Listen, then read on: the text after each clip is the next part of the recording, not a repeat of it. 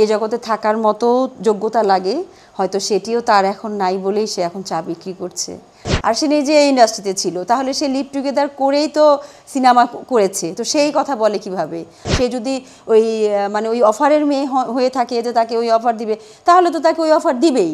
ওই আমাকে তো এরকম অফার কেউ দিতে পারে না। সারাদিন মানুষের কাজ নেই, সারাদিন শুধু প্রেমের অফার দিবে। আমি পেয়েছি অনেক। হ্যাঁ, আমি যখন থেকে অবুঝ নাবালিকা বলে তখন থেকেই আমি প্রেমের অফার পেতাম, তখন বুঝতাম না।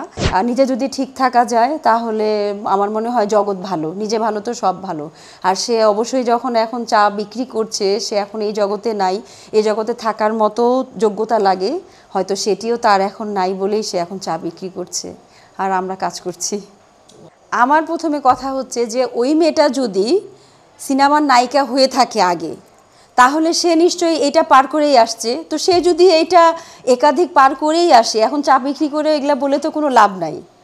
আর আমরা যে ছবি করছি, আমরা তো একদম বুকে হাত দিয়ে বলতে পারি যে আমাদেরকে তো এমন কোনো, আমাদের এই যে আপনারা যে আসছেন এরকম কোনো পরিবেশ দেখতে পাচ্ছেন এখানে?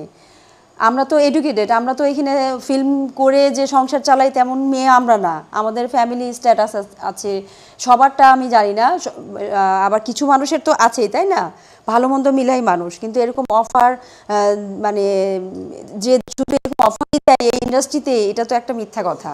আর সে নিজে এই ইন্ডাস্ট্রিতে ছিল, তাহলে সে লিভ টুগেদার করেই তো সিনেমা করেছে, তো সেই কথা বলে কিভাবে?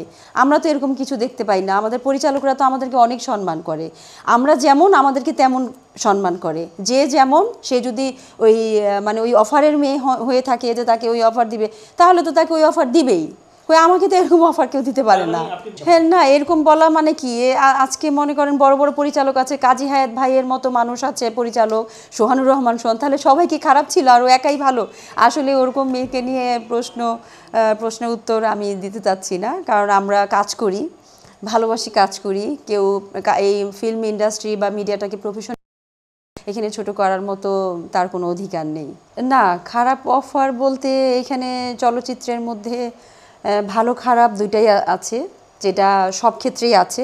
অফিস আদালত বলেন, যে কোনো কর্মক্ষেত্রেই ভালো খারাপ মিলেই মানুষ, ভালো খারাপের কথা সব জায়গাতেই থাকবে। কিন্তু চলচ্চিত্র বলেই যে খারাপ এমন কোনো কথা নেই। চলচ্চিত্রের মধ্যেও আমরা খুব সুন্দরভাবে আমরা কাজ করে যেতে পারি। তাহলে তো বলতে হবে যে শাবানা ম্যাডাম থেকে শুরু করে যারা অনেক সিনিয়র, তারাও কি তাহলে এইভাবে এসেছে? এটা আসলে একদম ভুল ধারণা। ভালোভাবেও কাজ করা যায়, তবে বাছাই করে কাজ করতে হবে, যেন তেন কাজ করলে হবে না। সবাই সব ক্ষেত্রে ভালো খারাপ দুইটাই আছে। এটা কেন হয়? আমাদের বাংলাদেশটার মধ্যে আমাদের আসলে আমরা মনে করি যে একটা বাচ্চা হয়ে গেল, বিয়ে হয়ে গেল, মানে বিয়ে হয়ে গেল মানেই শেষ। হ্যাঁ, একটা বাচ্চার মা এইভাবে দেখা হয় আমাদের দেশে, কিন্তু বাইরের দেশে কিন্তু এরকম দেখা হয় না। তাদের কখন বিয়ে হচ্ছে, কখন বেবি হচ্ছে, কয় মাস, এটা কিন্তু আমরা এখন ইউটিউবের মাধ্যমে সরাসরি দেখতে পাচ্ছি। তো এই দিক দিয়ে বিবেচনা করে যে যখন একটা বাচ্চার মাকে মানে একটু হেয় করে দেখা হয়, তো ওইটা মাথায় রেখেই একটা নায়িকা বা একটা অ্যাক্ট্রেস বিয়েটাকে গোপন করে, আর তখনই প্রচার হয়। যখন একটা কিছু হয়ে যায় তখনই প্রচার হয়। আর আমার কাছে মনে হয় এটা গোপন করাটাই ভালো, দুই জগৎকে দুই দিকে রাখা ভালো।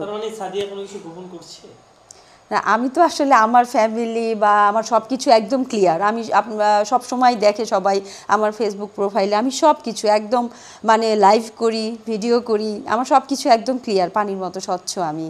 না, প্রতিদিনই আসলে প্রেমের অফার দেওয়ার মতো এত মানুষের সময় নেই, এখন মানুষ খুব ব্যস্ত। মানে ফেসবুকে, মেসেঞ্জারে, হোয়াটসঅ্যাপে এগুলো তো মানুষ এমনি বলেই, কিন্তু বাস্তবটা আসলে অন্যরকম। তা আমি যদি বলি এখন হ্যাঁ আমাকে প্রতিদিন অনেক অনেক মানুষ অফার দেয়, এগুলো কথা বলা আসলে আমার কাছে মনে হয় না কোনো যুক্তি।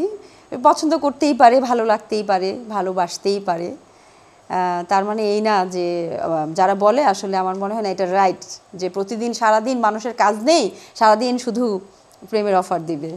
আমি পেয়েছি অনেক। হ্যাঁ, আমি যখন থেকে অবুঝ নাবালিকা বলে তখন থেকেই আমি প্রেমের অফার পেতাম, তখন বুঝতাম না। তখন তো একটা চিঠির সময় ছিল, তো দারোয়ানের কাছে চিঠি আসতো অনেক, এগুলো নিয়ে অনেক কাহিনী আছে। তো হাতে নাতে ধরাও পড়তো তারা, এবং কি আমার মামার লোকজন তাদেরকে অনেক অত্যাচারও করতো, মানে মারধর করতো যদি তাদেরকে হাতের কাছে পেতো।